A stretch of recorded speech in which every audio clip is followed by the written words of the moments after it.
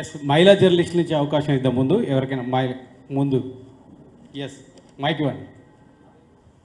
ఉమక్ mic ఇవ్వండి. మీ organisation పేరు, మీ పేరు చెప్పి క్వశ్చన్ అడగండి.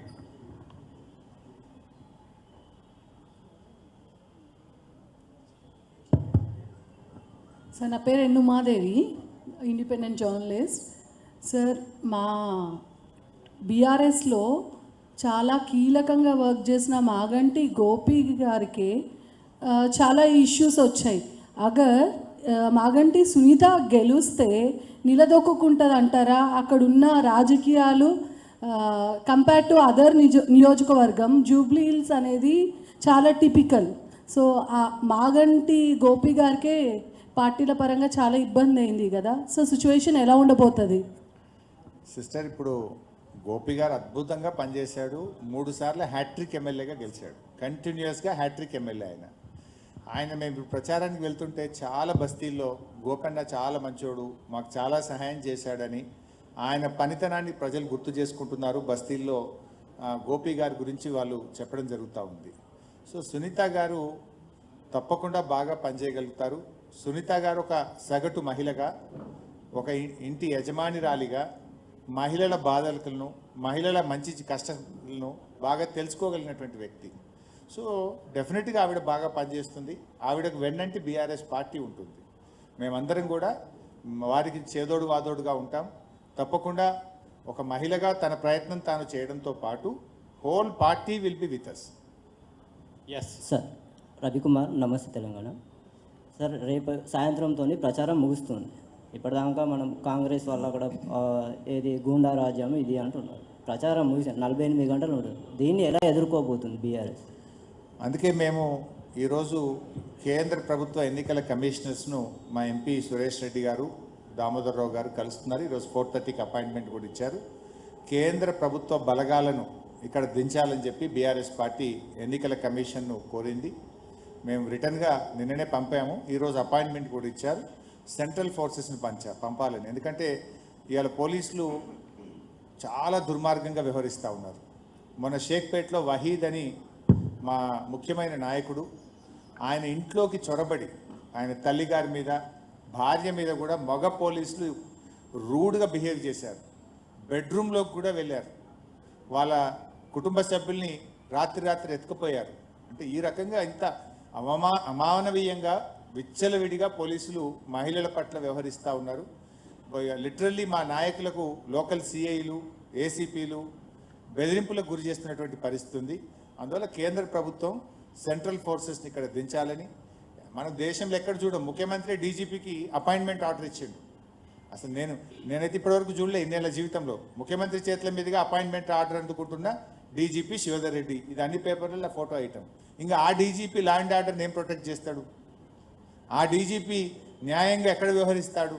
అందువల్ల ఇవన్నీ విషయాలు కూడా ఎన్నికల కమిషన్కి చెప్పాం. సెంట్రల్ ఫోర్సెస్ ఆధ్వర్యంలో జూబ్లీ హిల్స్ ఎన్నిక జరపాలని మేము డిమాండ్ చేస్తూ ఉన్నాం. Yes ma'am. నమస్కారం సార్, నా పేరు మర్యాద రామాదేవి, బిగ్ టీవీ నుండి. సార్, పోలింగ్ పర్సంటేజ్ చూసుకున్నా గత 4 ఎన్నికల నుంచి కూడా 53% అనేది ఇప్పుడు దాటలేదు. అయితే ఈసారి చాలా అంచనాలు పెరిగిపోతున్నాయి, పోలింగ్ పర్సంటేజ్ చాలా పెరగబోతుందని. ఈ పోలింగ్ పర్సంటేజ్ అనేది ఎవరికి అనుకూలంగా ఉండబోతుంది అనుకుంటున్నారు? రమాదేవి గారు, మంచి క్వశ్చన్. జనరల్గా మనం పాస్ట్ రికార్డ్ ఎప్పుడు చూసినా పర్సంటేజ్ ఎప్పుడైతే బాగా పెరుగుతుందో అది ప్రభుత్వ వ్యతిరేక ఓటు. ప్రజల్లో కోపం ఉంటున్నప్పుడు, ప్రజల్లో ఒక కసి ఉన్నప్పుడు ఏమవుతుందంటే ఓటర్ వచ్చి ఆ ప్రభుత్వానికి వ్యతిరేకంగా ఓటేస్తాడు. ఇన్ జనరల్గా ఉమ్మడి ఆంధ్రప్రదేశ్లో కానీ, తెలంగాణ ఏర్పడిన తర్వాత కానీ మనం ఎప్పుడు చూసినా పోలింగ్ పర్సంటేజ్ పెరిగిందంటే అది ప్రభుత్వ వ్యతిరేక ఓటు. ప్రజల్లో కోపం ఉన్నప్పుడు, ప్రజలకు ప్రభుత్వం మీద కసి, ఈ ప్రభుత్వం పోవాలి అన్నప్పుడు ప్రజలు పెద్ద ఎత్తున వచ్చి ఓటేయడం జరుగుతుంది.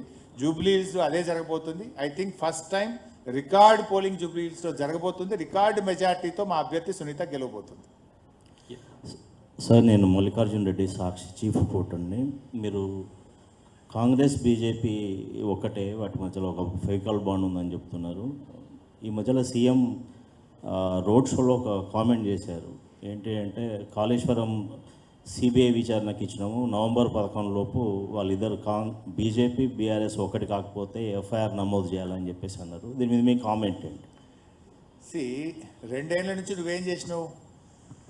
నువ్వు ఎన్డీఎస్ఏ ఎంక్వైరీ అన్నావు, విజిలెన్స్ ఎంక్వైరీ అన్నావు, ఘోష్ కమిషన్ అన్నావు, ఏసీబీ అన్నావు, రకరకాలు పెట్టి 2 ఏళ్ళ నుంచి వేధించినావు. ఎక్కడన్నా ఒక చిన్న తప్పు దొరకబెట్టినావా? ఇప్పుడు నయా నాటకం సిబిఐ పెట్టినావు. అసలు నిన్ను కదా ఓట్ ఫర్ నోట్ కేసులో ఇప్పటిదాకా నువ్వు స్టే తెచ్చుకొని నువ్వు ఈరోజు కోర్టును అడ్డం పెట్టుకొని ప్రాసిక్యూషన్ జరగకుండా ముందుకు పోతున్నావు. నీ మీద ఈడీ కేసు ఉంది, ఓట్ ఫర్ నోట్ కేసు. 5 ఏళ్ల కింద నీ మీద ఓట్ ఫర్ నోట్లో ఈడీ కేసు అయితే ఇప్పటిదాకా ఈడీ నిన్ను ఎందుకు అరెస్ట్ చేస్తలేదు? నీకు బీజేపీతో సంబంధం ఉంది కనుకనే నువ్వు ఇలాంటి మాటలు మాట్లాడుతున్నావు. నిన్ను ఈడీ ఎందుకు అరెస్ట్ చేయలేదు ఇప్పటిదాకా? ఓట్ ఫర్ నోట్ కేసులో నీ మీద ఈడీలో ఎఫ్ఐఆర్ ఉంది. Why ED is not arrested Revanth Reddy? This should answer both Kishan Reddy and Revanth. Yes Rahul గారు. Sir Rahul from the Y. Sir ఈ ఎలక్షన్స్లో కాంగ్రెస్ అరాచకాలు మితిమీరిపోయినాయని మీరు చెప్తున్నారు. 2023లో ఇదే పరిస్థితిలో అది ఫోన్ ట్యాపింగ్ ద్వారా జరిగిన అరాచకాల కంటే ఎక్కువ ఇవి. ఎందుకంటే అప్పుడు రేవంత్ రెడ్డి లీడర్స్ లైక్ రేవంత్ రెడ్డి, బండి సంజయ్ ఫోన్లు వాళ్ళ ఫ్యామిలీ మెంబర్స్ ఫోన్లే ట్యాప్ అయినాయి. అవి ఇన్వెస్టిగేషన్ ఏజెన్సీస్ రిపోర్ట్స్లోనే తేలింది సార్. అది ఏం తేలలేదు. ఇదంతా కూడా రేవంత్ రెడ్డి ప్రభుత్వం చేస్తున్న ఆరోపణ. ఇప్పుడు అది కోర్టులో ఉంది, న్యాయస్థానంలో ఉంది. నిజంగా జరిగితే బయటపెట్టు, యాక్షన్ తీసుకో. Who is stopping you?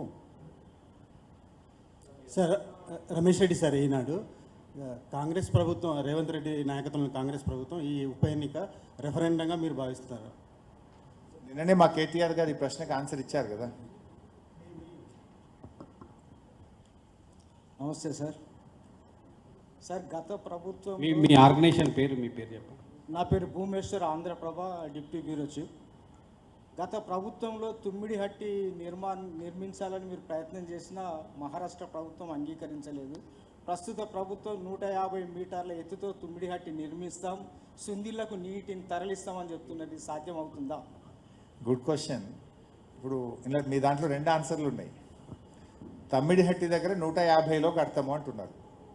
150 సరే, అది మహారాష్ట్ర ఒప్పుకుంటుందా ఒప్పుకోదా సెకండరీ. ఒప్పుకున్నదని అనుకుందాం. 150 గట్టి కూడా తీసుకోగలిగిన నీళ్ళు ఎన్ని? 80 టీఎంసీ, 80 టీఎంసీలు మాత్రమే. మనము ఈరోజు కాళేశ్వరం ప్రాజెక్టు ద్వారా వాడుతున్న నీళ్ళు ఎంత? 280 టీఎంసీ, 280 టీఎంసీలు. మరి 80 సరిపోతాయా? అప్పుడైనా కాళేశ్వరం కావాల్సిందే కదా.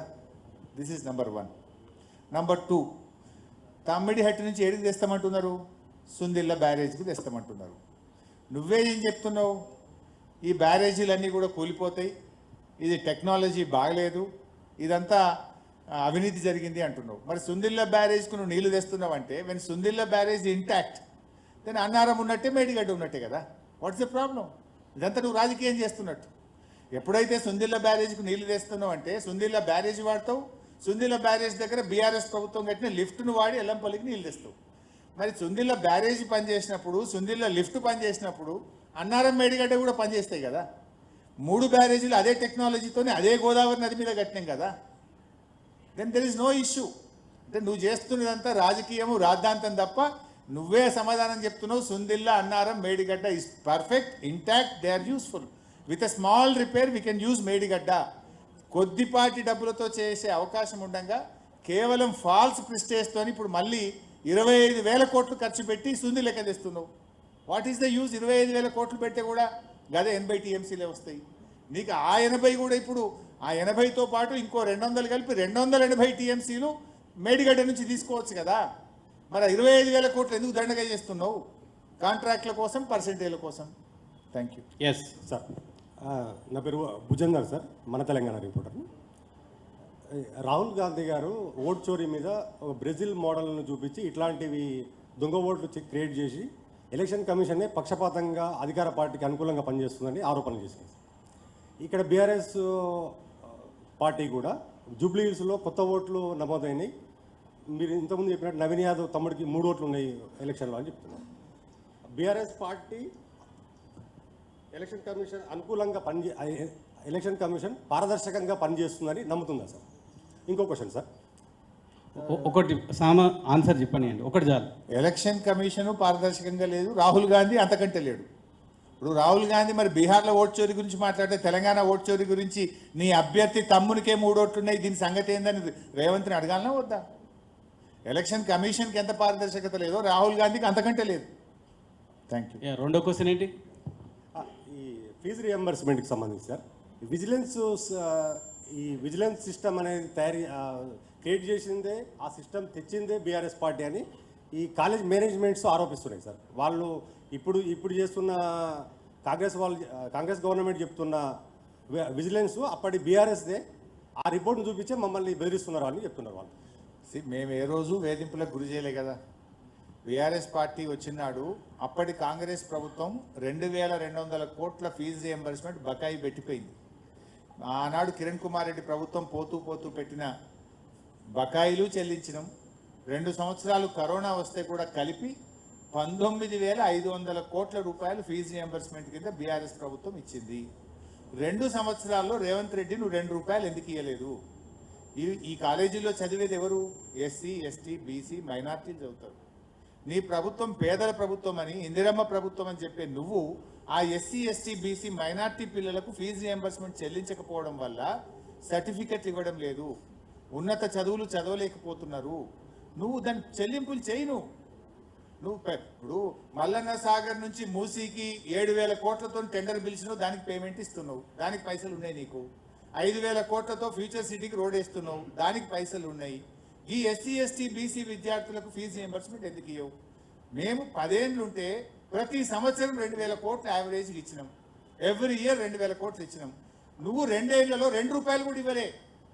What is the problem? When BRS is able to give, why not you? Vigilance ఉన్న ఆ రోజు మేము ఎవరిని కడుపు మీద కొట్టలే, వెరిఫై చేసినాం, తప్పులుంటే సరి చేసుకోమన్నాం. నువ్వు ఫీజు రియంబర్స్మెంట్ అడగగానే కాలేజీల మీద విజిలెన్స్ దాడులు చేయించి వాళ్ళ భయభ్రాంతులకు ఎందుకు గురి చేస్తున్నావు? డబ్బులు ఫస్ట్, నువ్వు తప్పులుంటే చర్యలు తీసుకో. డబ్బులు ఎందుకు ఇస్తలేవు ఫీజు రియంబర్స్మెంట్? ఇలా జూబ్లీ హిల్స్ ప్రజలు ఆలోచిస్తారా? జూబ్లీ హిల్స్లో కూడా ఎంతో మంది పిల్లలు కాలేజీలో పోకుండా ఇళ్ళలో కూర్చున్నారు. వాళ్ళ అమ్మ నాన్న అడగరా ఎందుకు పోతలేవు బిడ్డ కాలేజీ కంటే? రేవంత్ రెడ్డి పైసలు ఇస్తలేడు అమ్మ, కాలేజ్ బంద్ పెట్టిండు అని అమ్మకు నాయనకు చెప్పాడా?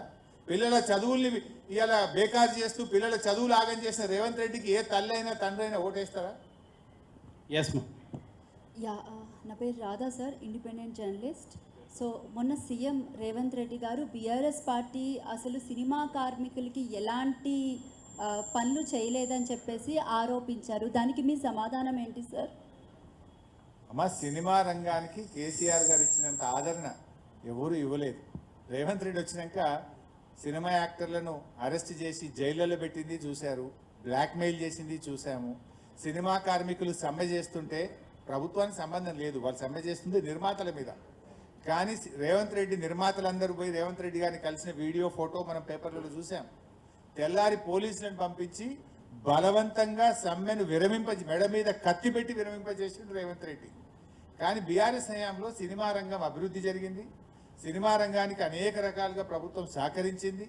మేము ఏ రోజు రేవంత్ రెడ్డి లాగా ఈ బ్లాక్మెయిల్కు పాల్పడలే. మేము ఈ రకమైన పరిస్థితి మేము చేయలే ఏ రోజు కూడా. ఆడ కూడా మళ్ళీ ఒక జుమ్లా 20% టికెట్ ధర పెంచుతా అన్న మీకు ఇస్తా అన్నాడు. అది 2 సంవత్సరాల నుంచి ఎందుకు చేయలే? కార్మికులు సమ్మె చేసేటప్పుడు ఎందుకు స్పందించలే? జూబ్లీ హిల్స్లో ఎలక్షన్ వస్తే కార్మికులు గుర్తొచ్చిందా? ఆ రోజు పాపం కార్మికులు బాధపడి సమ్మె చేస్తుంటే నువ్వు ఆ రోజు పిలిచి ఎందుకు మాట్లాడలే? నిర్మాతలను పిలిచి మాట్లాడి పోలీసులను పెట్టి కార్మికుల సమ్మె విరమింపజేసినావు తప్ప కార్మికులారా రండి మీ బాధ ఏందని ఎందుకు మాట్లాడలేదు? ఓట్లు వస్తే కార్మికులు గుర్తొచ్చింది. కానీ BRS never did like that. BRS ఎప్పుడు ఒకే తిరిగా ఉంది. Yes. Hello sir, Anjana news minute నుంచి. సార్, నేను యూసుఫ్ కూడా రెహమత్ నగర్ సైడ్ కొంచెం రిపోర్టింగ్ చేశాను before attending this press conference. అక్కడ వచ్చి బీఆర్ఎస్కి బాగానే సపోర్ట్ ఉంది, బట్ 1 పాయింట్ సీనియర్ యూత్ నుంచి బాగానే సపోర్ట్ ఉంది బీఆర్ఎస్కి. కానీ కొన్ని సీనియర్ సిటిజన్స్తో మాట్లాడితే వాళ్ళ పెద్ద సమస్య ఏమన్నారంటే, ఇప్పుడు అభితో హుకుమత్ మే కాంగ్రెస్ హై, అయితే ఓట్ చేస్తే కాంగ్రెస్కి వేస్తే ఏదైనా వచ్చే అవకాశం ఉందని ఒక నమ్మకం. సో ఇప్పుడు పవర్లో లేనప్పుడు బీఆర్ఎస్ ఎంతవరకు హెల్ప్ చేయగలుగుతుంది, ఎంతవరకు యూస్ఫుల్గా ఉండగలుగుతుంది ఇలాంటి నియోజకవర్గంలో? अब हुकूमत में कांग्रेस तो है, फिर कंटोनमेंट में क्या करे? कंटोनमेंट में जीत के 1.5 साल हो गए. कंटोन में बहुत कुछ वादा करे, 6,000 घर बनाते बोले, स्टेडियम बनाते बोले, मिलिट्री लैंड में पट्टा देते बोले, कुछ भी नहीं करे ना. जीत के भी 1.5 साल हो गए. जाएंगे कंटोनमेंट में, बात करेंगे. कंटोनमेंट में रोड़ा पूरा पार्ट होल गिर गए, कोई स्ट्रीट लाइट आ रहा नहीं रात में. फिर क्या करे कंटोनमेंट में? कुछ नहीं करे. एटलीस्ट बीआरएस जीते तो कांग्रेस को पूछेंगे, हम पकड़ के हम कांग्रेस को जोर से हम पूछ सकते, हम असेंबली में पूछेंगे, बाहर लड़ेंगे। देखिए परसों बस्ती दवाखाना गए हम पूरे, जब तक 5 महीने से बस्ती दवाखाने में डॉक्टर का, स्टाफ नर्स का तनख्वाह नहीं है, दवा नहीं था। जब बीआरएस जाके बस्ती दवाखाना विजिट करके गला पकड़ के पूछे, सैलरी आ गया, दवा भी आ गया। तब तक टिम्स का कोई काम ही नहीं हो रहा था। जब बीआरएस एलबी नगर टिम्स जाके क्यों नहीं चल रहा 2 साल से बोले तो इमीडिएटली टिम्स के पास हेल्थ सेक्रेटरी भागना शुरू करे, इंजीनियर्स भागना शुरू करे, हम करेंगे बोल रहे। तो बीआरएस का आवाज तेलंगाना को डेवलप कर सकता। ये जो गुंडागर्दी कर रहे, ये लोग जो हाइड्रा बोल के घरा गिरा रहे, बीआरएस जाके उसको रोक रहे, हाइड्रा के खिलाफ लड़ रहे बीआरएस पार्टी। कल जुबली हिल्स बस्तियों में फिर हाइड्रा लगाएंगे ये लोग, जीते तो क्या बोलते। अब हम हाइड्रा लगा के घर गिराने के बाद भी हमारा जुबली हिल्स में जिताए और घर तोड़ेंगे और घर को गिरा देंगे बोलते।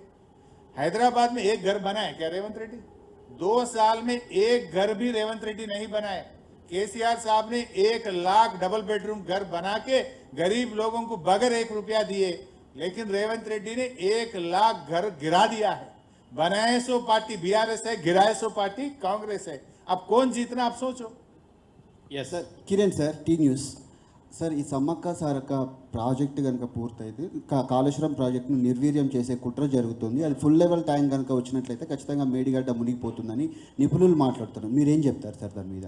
అమ్మ కాంగ్రెస్ పార్టీ ఎట్లా తయారైందంటే కేసీఆర్కు పేరు రావద్దు, బీఆర్ఎస్కు పేరు రావద్దని క్రూరంగా వ్యవహరిస్తూ ఉంది.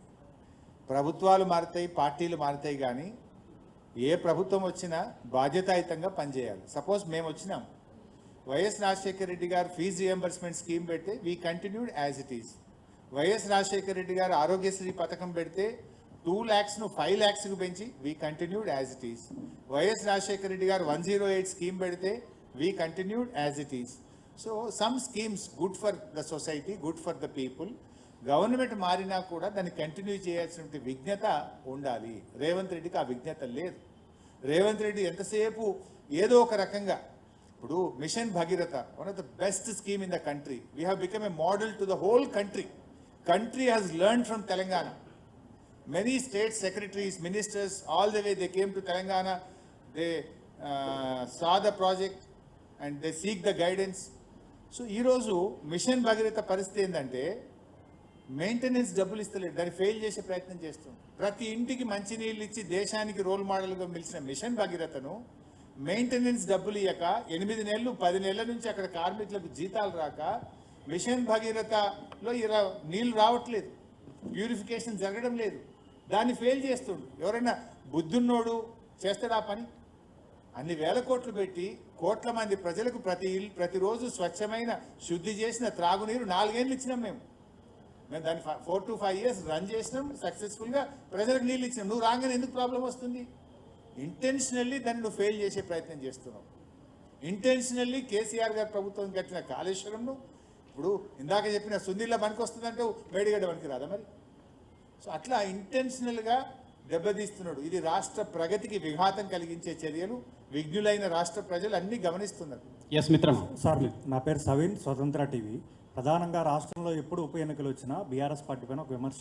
ఉప ఎన్నికల్లో అభ్యర్థిని నిలబెట్టకుండా ఏకగ్రీవం చేసే సాంప్రదాయానికి బ్రేక్ వేసింది బీఆర్ఎస్ పార్టీ అనేది ఇప్పుడు సీఎం కూడా ఇదే అంశాన్ని జూబ్లీహిల్స్ ఉప ఎన్నికల్లో ప్రస్తావిస్తున్నారు. దీనిపై ఏం చెప్తారు?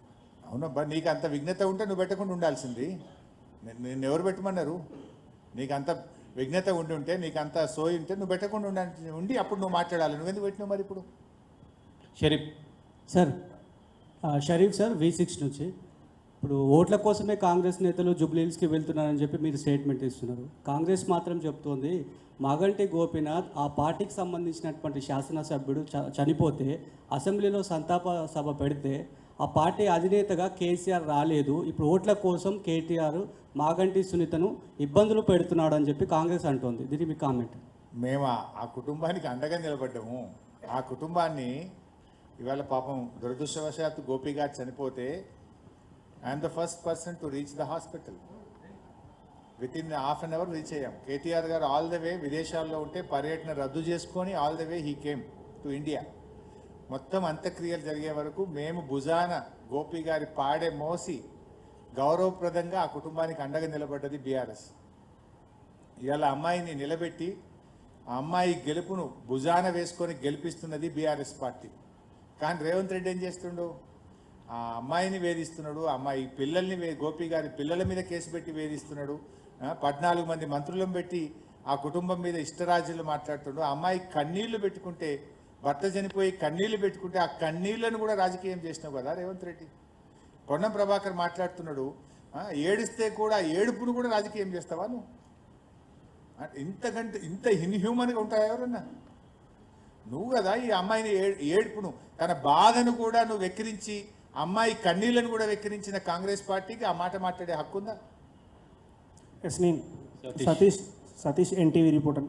సార్, కాంగ్రెస్ ప్రభుత్వం చెప్తుంది మేము 2 సంవత్సరాలు కూడా పూర్తి కాలేదు, కానీ అప్పుడే అన్నీ చెప్పినటువంటి హామీలు పూర్తి చేయాలి కావాలని, బకాయి కార్డని కావాలని రాజకీయం చేస్తుంది బీఆర్ఎస్. గతంలో వాళ్ళు చెప్పిన హామీలు 10 సంవత్సరాలైనా పూర్తి చేయలేదు, మేము 2 సంవత్సరాలు ఎలా చేస్తాం, భవిష్యత్తులో చేస్తామని చెప్తున్నారు. మీరే కదా గ్యారంటీ కార్డు ఇచ్చింది. గ్యారంటీ కార్డును భద్రంగా పెట్టుకోండి అని బాండ్ పేపర్ని ఇంటింటికి పంపి 100 రోజుల్లో 6 గ్యారంటీలు అమలు చేస్తాం, 100 days అని మీరు చెప్పారు. మొదటి సంతకంతో రుణమాఫీ చేస్తామని మీరు చెప్పారు. గ్యారంటీకి మొదటి అసెంబ్లీలో చట్టబద్ధత తెస్తామని మీరు చెప్పారు. మీరు చెప్పిందే మేము అడుగుతున్నాం తప్ప కొత్తగా ఏం అడుగుతలేము. 100 రోజులు కాదు 700 రోజులైంది రేవంత్ రెడ్డి, నీ సంగతి ఏందని అడుగుతున్నాం మేము. What is wrong in that? మేము ఎన్నికల్లో హామీ ఇవ్వకపోయినా రైతు బంధు పథకం తెచ్చాం, ఎన్నికల్లో హామీ ఇవ్వకపోయినా కళ్యాణ లక్ష్మి షాదీ ముబారక్ పథకం తెచ్చాం, ఎన్నికల్లో హామీ ఇవ్వకపోయినా కేసీఆర్ కిట్, న్యూట్రిషన్ కిట్ పథకం తెచ్చాం. ఎలక్షన్లో చెప్పకపోయినా ఎన్నో స్కీమ్స్ తెచ్చింది బీఆర్ఎస్ ప్రభుత్వం. కానీ నువ్వు చెప్పినవి కూడా అమలు చేస్తలేవని ప్రశ్నించడం ప్రధాన ప్రతిపక్షంగా మా బాధ్యత. ఇప్పుడు మేము అడగకపోతే తప్పు, కానీ మేము అడిగితే తప్పు కాదు. As opposition it is our responsibility. ప్రజలు మాకు ఇచ్చిన బాధ్యతనే, ఈ ప్రభుత్వం ఇచ్చిన హామీలు అమలయ్యేటట్టుగా చూడాల్సిన బాధ్యతలో ప్రజలు మమ్మల్ని కూర్చోబెట్టారు. సో వీఆర్ ఆస్కింగ్, నువ్వు 100 రోజులు ఇస్తానో ఏమైందని అడుగుతున్నాం. అసలు రేవంత్ రెడ్డి వచ్చినాక ఎన్ని ధరలు పెంచిండు బైసాబ్? బీర్ ధరలు పెంచిండు, విస్కీ ధరలు పెంచిండు, రోడ్ ట్యాక్స్, మోటార్ సైకిల్ కొనుక్కుంటే లైఫ్ ట్యాక్స్, రోడ్ ట్యాక్స్ పెంచిండు, అదేవిధంగా విత్తనాల ధరలు పెంచిండు, బస్ టికెట్ల ధరలు పెంచిండు, మెట్రో రైలు పెంచిండు. పెంచుడు దంచుడు, ధరలు పెంచుడు, కమిషన్లు దంచుడు. ఇంతకు మించి నువ్వు ఏం చేసినావే రేవంత్ రెడ్డి? సూరజ్ సార్ నమస్తే, నా పేరు సూరజ్, టీ న్యూస్ నుంచి. అంటే మీరు ఆర్థిక శాఖ మంత్రిగా పనిచేసారు. ప్రస్తుతం కాంగ్రెస్ అవలంబిస్తున్న ఆర్థిక విధానాలు పూర్తిగా ఫెయిల్యూర్గా ఉన్నాయి. రాష్ట్రాన్ని ఆర్థిక పురోభివృద్ధిలో నడిపించడంలో కాంగ్రెస్ వైఫల్యాన్ని ఎట్లా చూస్తున్నారు? అసలు వాళ్ళు ఎన్నో హామీలు ఇచ్చి పథకాలన్నీ అమలు చేయకపోవడానికి వాళ్ళ ఖజానా దగ్గర నిధి లేదు. దీన్ని అంతా మీరు ఎట్లా చూస్తున్నారు? మీరు కూడా ఆర్థిక శాఖ మంత్రిగా అప్పుడు ఎఫిషియెంట్గా పనిచేసినారు, ఎన్నో స్కీమ్లు అమలు చేసినారు, ఎన్నో సంక్షేమ పథకాలు, అభివృద్ధి పథకాలు కూడా ముందుకు పోయినాయి. వాళ్ళు ఏం లేకుండానే 2,08,000 కోట్లు. Good question. ఇప్పుడు ఫస్ట్ ఆఫ్ ఆల్ 2 జరుగుతున్నాయి ఇక్కడ. ఒకటి, ప్రభుత్వం యొక్క విధానాల వల్ల రాష్ట్ర ఆదాయ వృద్ధి రేటు పడిపోయింది. బీఆర్ఎస్ ఉన్నప్పుడు ఎస్ఓటీఆర్, స్టేట్ ఓన్ ట్యాక్స్ రెవెన్యూ, ఎస్ఓటీఆర్ ఇండియాలో టాప్. హైయెస్ట్ ఎస్ఓటీఆర్ ఏ రాష్ట్రం సాధించిందంటే తెలంగాణ సాధించింది. Because of the policies of KCR. KCR గారు ప్రభుత్వం అవలంబించిన విధానాల వల్ల, పాజిటివ్ యాటిట్యూడ్ వల్ల స్టాంప్స్ అండ్ రిజిస్ట్రేషన్ కానీ, జిఎస్టీ కానీ, రోడ్ ట్యాక్స్ కానీ, మైనింగ్ కానీ ఆదాయం వృద్ధి రేటు దాదాపు 12% పైగా ఉండేది. రేవంత్ రెడ్డి వచ్చి హైడ్రా, ఈ పర్సంటేజీలు, కమిషన్లు, పర్మిషన్లు ఆపడము, ఈ వీళ్ళు అవలంబించిన విధానాల వల్ల ఏమైంది? రెవెన్యూ పడిపోయింది, రాష్ట్ర ప్రభుత్వ ఆదాయం తగ్గింది. నెంబర్ 1. నెంబర్ 2, ప్రాధాన్యతలు మారాయి. ప్రజలకి ఏం కావాలో అది లేని ఫ్యూచర్ సిటీ అది. ఆడ ఇల్లు లేదు, ఊరు లేదు, వాడలేదు, దానికి 1,50,000 కోట్లు పెడతానబట్టివి. మూసీ సుందరీకరణకు 1,50,000 కోట్లు పెడతానబట్టివి. అసలు ఉన్న స్కీము ఫీజు రియంబర్స్మెంట్ బంద్ పెడతావు, దళిత బంధు బంధు, గొర్రెల పథకం బంధు, చేపల పంపిణీ బంధు, బీసీ బంధు పథకం బంధు, న్యూట్రిషన్ కిట్ బంధు అని ఉన్న పథకాలేమో బంధు పెట్టబట్టివి. What is your priority? అయితే పాత పథకాలు కొనసాగించు, నువ్వు ఇచ్చిన హామీలు అమలు చేయి. వీటికేమో డబ్బులు లేవంటావు. 1,00,00,000 కోట్లు పెట్టి ఆ పెద్ద పెద్ద ఫ్యూచర్ సిటీ దేనికి? అక్కడ నీ పర్సంటేజీలు వస్తాయో, నీ కమిషన్ల కోసమో, నీ మార్కు కోసమో, ప్రజలకు ఏది అవసరమో అది ఇవ్వకుండా నీ కమిషన్ల కోసం నువ్వు ఈ కార్యక్రమాలు చేపడుతున్నావు. ఒకటి, నీ విధానాల వల్ల ప్రభుత్వ ఆదాయం తగ్గింది. 2, నీ ఆలోచన విధానం, నీ ప్రాధాన్యతల క్రమం తప్పుగా ఉండడం వల్ల రాష్ట్రంలో ఇబ్బందులు వస్తూ ఉన్నాయి. సార్ సాయి సుమన్ టీవీ నుంచి. సార్ హైడ్రా అంశాన్ని ప్రధాన అస్త్రంగా బీఆర్ఎస్ కూడా ఫోకస్ చేస్తుంది ఎన్నికల్లో. అటు కాంగ్రెస్ నుంచి బతుకమ్మ చెరువు లాంటి మంచి కూడా జరిగింది హైడ్రా అనే దాన్ని వాళ్ళు ఫోకస్ చేస్తున్నారు. అసలు హైడ్రా ఏం చేస్తుంది బీఆర్ఎస్ పార్టీ తరఫున? అసలు హైడ్రా అనేది మంచికు అది పనిచేస్తుందా, చెడుకు పనిచేస్తుందా? మీ వర్షన్ ఏంటి, ప్రజలకు ఏం చెప్పదలుచుకుంటారు? సింపుల్ బాయ్ సాబ్, హైడ్రా వల్ల అందరికీ సమానంగా ఉండాలి కదా. రేవంత్ రెడ్డి తమ్ముడు తిరుపతి రెడ్డి ఇల్లు మరి శిఖంలో ఉంటే ఎందుకో కూలగొట్టదు హైడ్రా. పొంగులేటి శ్రీనివాసరెడ్డి ఇల్లు ఎందుకో కూలగొట్టరు. పట్నం మహేందర్ రెడ్డి ఇల్లు ఎందుకో కూలగొట్టరు. గుత్తా సుఖేందర్ రెడ్డి గారి ఫామ్ హౌస్ ఎందుకో కూలగొట్టరు. మంత్రి వివేక్ గారి ఇల్లు ఎందుకో కూలగొట్టరు. హైడ్రా అంటే పేదోళ్ళ కోసమేనా? పెద్దోళ్ళకో నీతి పేదోళ్ళకో నీతి ఉంటుందా? వీటన్నిటిని ఎందుకు కూలగొట్టరు అని మేము అడుగుతా ఉన్నాం. ఇవాళ హైడ్రాలో ఇందాక నేను చెప్పినా కదా, 11 ప్రాజెక్టులు 13,000 కోట్ల రూపాయల 11 ప్రాజెక్టులు అన్ని చెరువు శిఖాల్లో ఉన్నాయని చెప్పి బట్టి విక్రమార్క ఉప ముఖ్యమంత్రి ప్రెస్ మీట్ పెట్టి వీడియోలలో చూపించిండు అన్ని. ఇగో ఇది ఈ చెరువులు ఉంది, ఇది ఈ చెరువులు ఉంది అన్నాడు. మరి ఏమైంది? ఎంతకు సెటిల్ చేసుకున్నారు? ఆ 11 ప్రాజెక్టుల గురించి రేవంత్ రెడ్డి హైడ్రా ఎందుకు పెదవులు మూసుకున్నది? ఎందుకు పేదోని ఇండ్లే కూలగొడుతున్నారు? పేదోడికో న్యాయం పెద్దోడికో న్యాయం ఉంటుందా? ఎవరు ఆ హైడ్రాలో నష్టపోతున్నారు? 60 గజాలు 50 గజాలు 40 గజాలు ఉంది కదా. కనీసం పుస్తకాలు నోట్బుక్స్ తెచ్చుకుంటామంటే కూడా పిల్లలకు టైం ఇవ్వవా? వాటర్ బాటిల్ తెచ్చుకుంటా అంటే కూడా టైం ఇవ్వవా? ఇంట్లో ఉన్న వస్తువులు తెచ్చుకుంటా అంటే కూడా టైం ఇవ్వవా? శనివారం ఆదివారం నాడు అర్ధరాత్రి పూట పోయి హైడ్రా అయిందండి. ఏం తమాషా ఇది? మేమేమో అలాంటి పేదలకు తెలిసో తెలియకో పేదలు ఇంత గుడిసేసుకుంటే వాళ్ళకు 58 జీవో 59 కింద కేసీఆర్ గారు పట్టాలు ఇచ్చారు. నువ్వేమో కూలగొడుతున్నావు. మేము ఒక ఇంటి వాళ్ళని చేసినాం, నువ్వు నిరాశ్రయులను చేస్తున్నావు. అందుకు మేము వ్యతిరేకం. నీకు దమ్ముంటే ముందు నేను చెప్పిన అన్ని పెద్ద పెద్దోళ్ళకి కూలగొట్టు. ఫస్ట్ వాళ్ళకి కొట్టినాక గరీబం దగ్గర రాను, వాళ్ళకి ప్రత్యామ్నాయం చూపి వాళ్ళకి డబుల్ బెడ్రూమ్ ఇల్లు ఆ పేదోనికి ముందు నీడ కల్పించి నువ్వు కావాలంటే డెవలప్మెంట్ చేయి. డెవలప్మెంట్ పేరు మీద విధ్వంసం జరగద్దు. ఒకవేళ డెవలప్మెంట్ పేరు మీద ఏదైనా చేయదలుచుకుంటే ఈ పెద్ద పెద్దోళ్ళందరికీ కొట్టినాక నువ్వు పేదోళ్ళ తెరువురా. ఓకే సుమిత్రమా. సార్ మహేష్ వార్తా నుంచి. సార్ తెలంగాణలో ఎక్కడ ఉప ఎన్నిక జరిగినా అక్కడ ఓటర్ కాస్ట్లీ అయిపోయింది, ముఖ్యంగా మునుగోడు తర్వాత. ఇప్పుడు మునుగోడులో బీఆర్ఎస్ పార్టీ అవలంబించిన విధానాన్ని జూబ్లీహిల్స్లో కాంగ్రెస్ పార్టీ అవలంబిస్తున్నది. అంటే మీరు పోల్ మేనేజ్మెంట్ సిస్టమ్ కావచ్చు, మంత్రులు వచ్చి అక్కడ ప్రచారాలు చేయడం కావచ్చు, రాష్ట్రంలో ఉన్న ఇతర కార్యకర్తలను తీసుకొచ్చి అక్కడ ప్రచారం చేయించడం కావచ్చు. ఈ సిస్టమ్ అనేది కరెక్టేనంటారా? Munugode Jubilee Hills is totally different. నిజానికి మేము ఎప్పుడు ఇట్లా బ్లాక్మెయిల్ రాజకీయాలకు పాల్పడలేదు. రేవంత్ రెడ్డి గారు ఇంటి ముందు బుల్డోజర్ పెట్టి, ఒక నాయకుడు ఇంటి ముందు బుల్డోజర్ పెట్టి వీడియో కాల్లో చూపించి బిడ్డ నువ్వు కండువా కప్పుకుంటావా, ఇల్లు గులగొట్టమంటావా అంటుండు. టాస్క్ ఫోర్స్ పోలీసులు ఎత్తుకపోయి కొట్టి భయభ్రాంతులకు గురి చేసి పార్టీలో చేర్చుకుంటున్నారు. వ్యాపార సంస్థలకు జిహెచ్ఎంసీ నుంచి నోటీసులు ఇప్పించి చేస్తున్నారు. మేము ఇట్లాంటి పని చేయలే. అభివృద్ధి చేసినాం, డెవలప్మెంట్ మీద ఓటు అడిగినాం, సంక్షేమం మీద ఓటు అడిగినాం తప్ప ఈ రకమైన బ్లాక్మెయిల్కి ఎప్పుడు బీఆర్ఎస్ పాల్పడలేదు, పాల్పడదు. Yes, last question. మైక్ ఇక్కడ.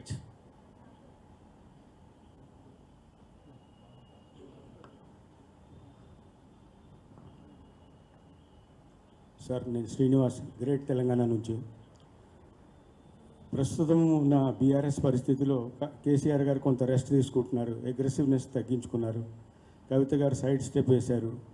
కేటీఆర్ గారు దాదాపు సీఎం అవుతానన్న పద్ధతిలోనే నడుస్తున్నారు. మీరు యాసిటీస్గా బరువంతా మోస్తూ కొంచెం బ్యాక్ స్టెప్గానే ఉన్నారు.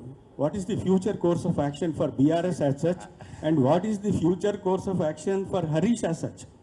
I answered this question more than 100 times. I think 100 times చెప్పుంటా నేను. మీకు ఎవరికి అనుమానం అక్కర్లేదు. మా సీఎం అభ్యర్థి కేసీఆర్ గారే. అందరూ రాష్ట్ర ప్రజలు కోరుకుంటున్నది, బీఆర్ఎస్ కుటుంబ సభ్యులను కోరుకుంటున్నది కేసీఆర్ గారు మళ్ళీ రాష్ట్రానికి ముఖ్యమంత్రి కావాలి, మళ్ళీ మంచి రోజులు రావాలని అందరూ కోరుకుంటున్నారు, నేను కోరుకుంటున్నాను. ఎస్, హరీష్ రావు గారు కన్క్లూడ్ క్వశ్చన్. ఇది మైనారిటీ ఓట్ బ్యాంక్ అనేది మేడం చాలు కన్క్లూడ్ క్వశ్చన్. జూబ్లీహిల్స్ ఉప ఎన్నికల సందర్భంగా మీరు గతంలో చాలాసార్లు చెప్పారు, ఒక సిట్టింగ్ ఎమ్మెల్యే చనిపోతే ఆ సిట్టింగ్ ఎమ్మెల్యే సంబంధించిన బంధువులకు టికెట్ ఇవ్వడం, సానుభూతి ఓట్లు వద్దని ఒక్క సందర్భంలో మినాయిస్తే అసలు ఆ సానుభూతి ఓట్లు అవసరం లేదు, వాళ్ళకి టికెట్ ఇవ్వద్దని కూడా గతంలో మీరు ప్రూవ్ కూడా చేశారు. ఇప్పుడు కేవలం గోపీనాథ్ గారు చనిపోవడం మూలంగా ఆయన భార్యను గెలిపించాలని కోరుతున్నారా, బీఆర్ఎస్ అభ్యర్థిని గెలిపించాలని కోరుతున్నారా? గతంలో దుబ్బాకలో మా రామలింగారెడ్డి గారు చనిపోతే సందర్భంలో అని చెప్పాను. వారి సతీమణికి టికెట్ ఇచ్చాము, అయినా మేము అక్కడ ఓడిపోయాం. సరే అప్పుడు Congress no LRS no BRS అన్నది. అప్పుడు మేము ఎల్ఆర్ఎస్ స్కీమ్ చేస్తే ఫ్రీగా చేయాలి ఎల్ఆర్ఎస్ అని పెద్ద ఎత్తున దుమారం లేపింది. ఇప్పుడేమో సరే వీళ్ళే ఎల్ఆర్ఎస్కు ముక్కు బిండి పైసలు వసూలు చేస్తున్నారు. మళ్ళీ ఆ రోజు ఫ్రీ ఎల్ఆర్ఎస్ అన్నారు, ఇలా గెలిచినాకనేమో వసూలు చేస్తున్నారు. ఇంకా అట్లా చెప్తే రేవంత్ రెడ్డి చాలా ఉంటాయి. అడ్వైజర్ల మీద అప్పుడు హైకోర్టులో కేసు వేసిండు, ఇప్పటికీ అడ్వైజర్లు ఈయననే అపాయింట్ చేస్తుండు, 6 అడ్వైజర్లు అపాయింట్ చేసిండు. అప్పుడేమో అడ్వైజర్ల మీద హైకోర్టులో కేసు వేసిండు. This case is today is also pending in the high court, but as CM is appointing advisers. సరే మీరు అన్నట్టు జూబ్లీ హిల్స్లో మేము కోరుతున్నది ఒకటే, మాగంటి గోపీనాథ్ గారు చేసిన మంచి పనులను చూసి గెలిపించండి ఒకటి, బీఆర్ఎస్ పార్టీ చేసిన అభివృద్ధిని చూసి గెలిపించండి. ముఖ్యంగా కాంగ్రెస్ అరాచకాలను, కాంగ్రెస్ బ్లాక్మెయిల్ రాజకీయాలను, కాంగ్రెస్ ప్రభుత్వం 6 గ్యారెంటీలు అమలు చేయడంలో విఫలమైనటువంటి పద్ధతిని చూసి కాంగ్రెస్కు బుద్ధి చెప్పాలి, కాంగ్రెస్కు గుణపాఠం చెప్పాలి. రాష్ట్ర ప్రజలందరూ జూబ్లీ హిల్స్ ప్రజల వైపు చూస్తున్నారు. 4 కోట్ల మంది, ఈ 4 లక్షల ప్రజలు ఏం తీర్పు ఇవ్వబోతున్నారని చూస్తున్నారు. సో మీరిచ్చే తీర్పు రేపు రాష్ట్ర ప్రజలకు 6 గ్యారెంటీలు అమలు కావడానికి దోహదపడుతుంది. రాష్ట్రంలో మహిళలందరికీ మహాలక్ష్మి రావాలంటే జూబ్లీ హిల్స్లో కాంగ్రెస్ ఓడాలి. రాష్ట్రంలో అవ్వాతాతలకు 4000 పెన్షన్ రావాలంటే కాంగ్రెస్ ఓడాలి. మన పిల్లల చదువులు బాగుండాలి, ఫీజు రియంబర్స్మెంట్ రావాలంటే కాంగ్రెస్ ఓడాలి. అందువల్ల ఈ కాంగ్రెస్ అరాచకాలను, కాంగ్రెస్ యొక్క తప్పుడు విధానాలను మీ యొక్క తీర్పు ఇవ్వండి అని చెప్పి కోరుతున్నాం. థ్యాంక్ యూ హరీష్ రావు గారు. మా మిత్రులు అడిగిన అన్ని ప్రశ్నలకు సమాధానం చెప్పారు.